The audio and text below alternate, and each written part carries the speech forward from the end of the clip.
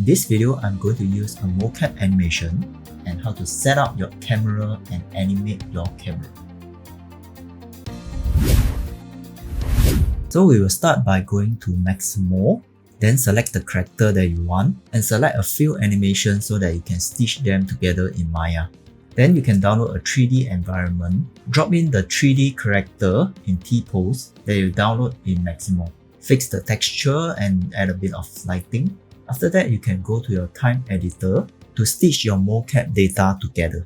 I will not go through in details how to use your time editor to stitch your animation, but if you are interested, do leave a comment down below so that I can make another video for this kind of tutorial. Then with the help of human IK, I can animate the character to turn left and right and make the character jump to a lower level. And this will be the final result.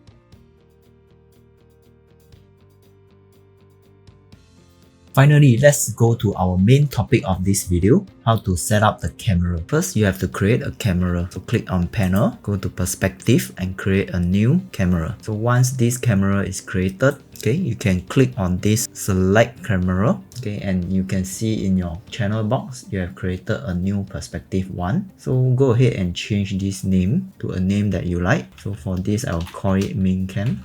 Under here, you have created a new main cam camera. The next thing you need to do is to switch on the film gate, resolution gate, and the gate mask. Once it's turned on, you will see your gate mask have some transparent over here. So what I like to do usually is to remove that transparent. Go to select camera. Under your main camera, go to attribute editor and scroll down all the way to display option. Under the mask opacity, put it to 100 or 1. Change it to black color. Now you cannot see your surrounding. But your resolution is currently 960. So to change your resolution, go to display, render setting. Scroll down and change it to the resolution you like. For now we will use 1080. And click close. So these are the setup that I usually like to do. And another thing is, if I want to go to my perspective view, I cannot see my camera view. So usually I like to split the screen into two. Click over here. One of it I will use main cam and the other one I will use my perspective cam. At the main cam, just switch it to the normal render view you will like. And show none and show viewport only the polygon. So the shortcut is alternate 2. Then I will usually like to switch on this multi-sample anti-LS, make it look more smooth.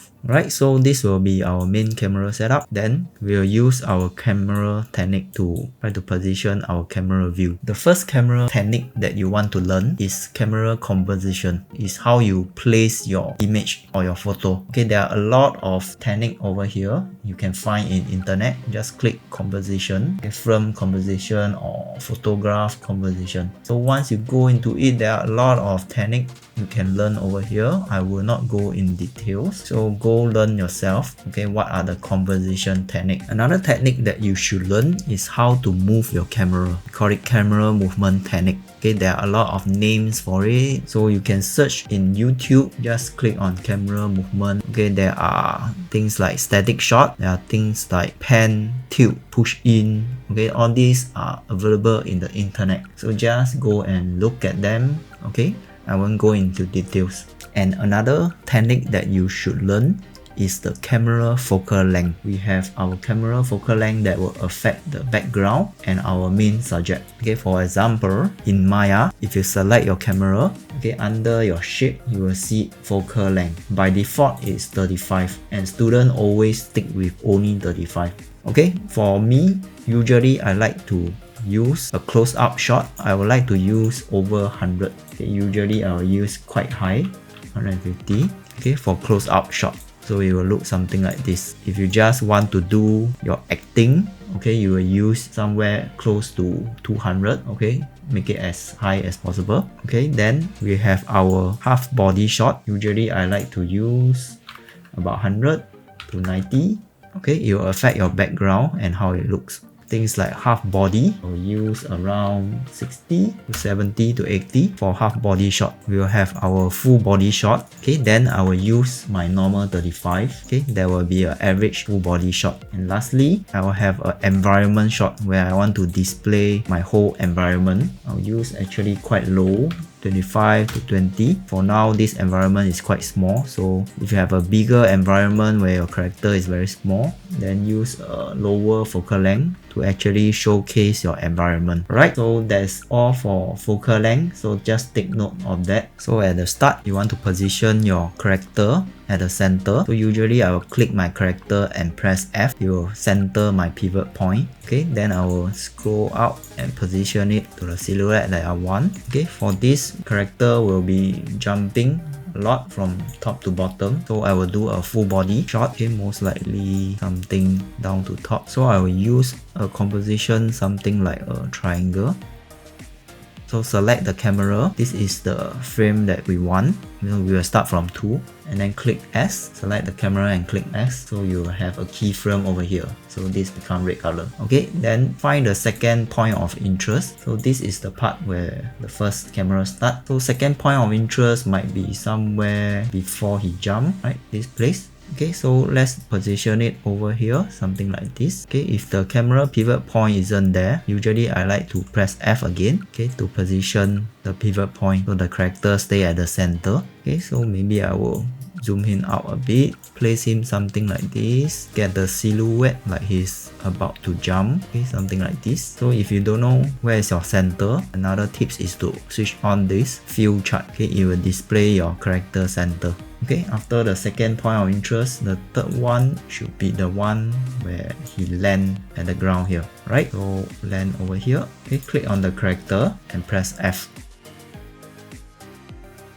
Okay, so this will be where he land on the ground. Alright, so make sure you press S because you want every keyframe to be key. Select the camera. Okay, Z is not key. You can see it's red color. It's a lighter red color. So once you press S, everything will be key. Okay, same like blogging. You have to keyframe everything. Press S. Continue to find the second point of interest. So it might be here where the character jump forward, prepare to jump off. Okay, so click the character, press F, get a silhouette that looks a bit nicer. Because over here you can't see your character is jumping off. Okay, try to position them into a silhouette that look like she is jumping. Okay, of course this is a mocap, so we will do our best. In our animation, we will try to reposition our pose to make her look like she is jumping off. Okay, so next point of interest should be the one where she is landing over here. Click the character, press F. Okay, so I will like this pose. And lastly, she will move forward and do a flip and land here. Okay, so this will be our final pose. Click on character and press F. Final pose, you will see a very nice shop name. Okay, I realize a character is not on the floor, so let's do a quick adjustment. I've adjusted my position. Now she is on the ground. Okay, so last pose, click your camera, make sure it's at the last position. Okay, press S to key and we'll try to see the shop name. Okay, something like this is nice. So once we have all our point of interest, then we will scroll through our animation to see whether it matches. Okay, something like this. We can clean up the in-between later.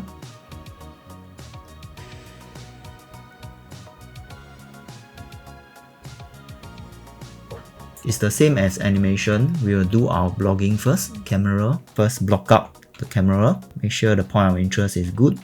Okay, then we will start to add in the in-between to make our camera look like it's not cutting off the body. So from here to here, it looks okay.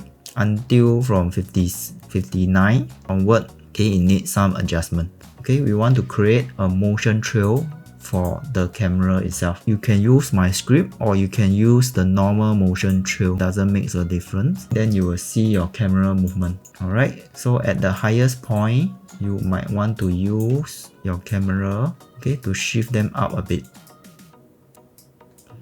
Okay, it's the same as your animation principle. You want to create the arc as nice as possible. Okay, so later I will change the arc. So for now, we will keep it something like this. Okay, example here, you want to position your character at the center. Okay, something like this. Okay, over here, you are cutting your character too much. So try to position them on top of it. Okay, here, your character is going down. Try not to have the keyframe so near to each other. Okay, like 78, then 79. Okay, it's same like animation. You might want to keep your spacing out a bit and don't adjust it too much from each other. Okay, you can see from your motion trail, it suddenly pop up. Okay, so try to reduce that. If you delete this keyframe, just push down a bit and make sure the curve looks okay, quite smooth. Okay, just remember, don't suddenly have something pop up. Okay, once you make sure your character is all within at the center, right, then you can carry on for the rest of the shot.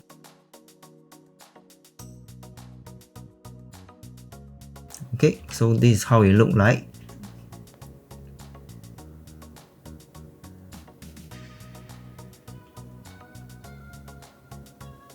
The final step after the spine is same as animation. We should clean up the curve. Okay, select the camera and then go to your graph editor. It's over here. Okay, we should try to smooth them out a bit.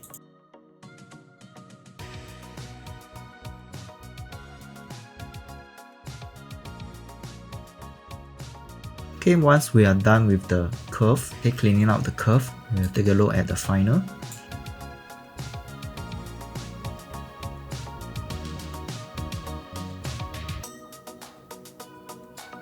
Alright, so this is how I usually animate my camera movement.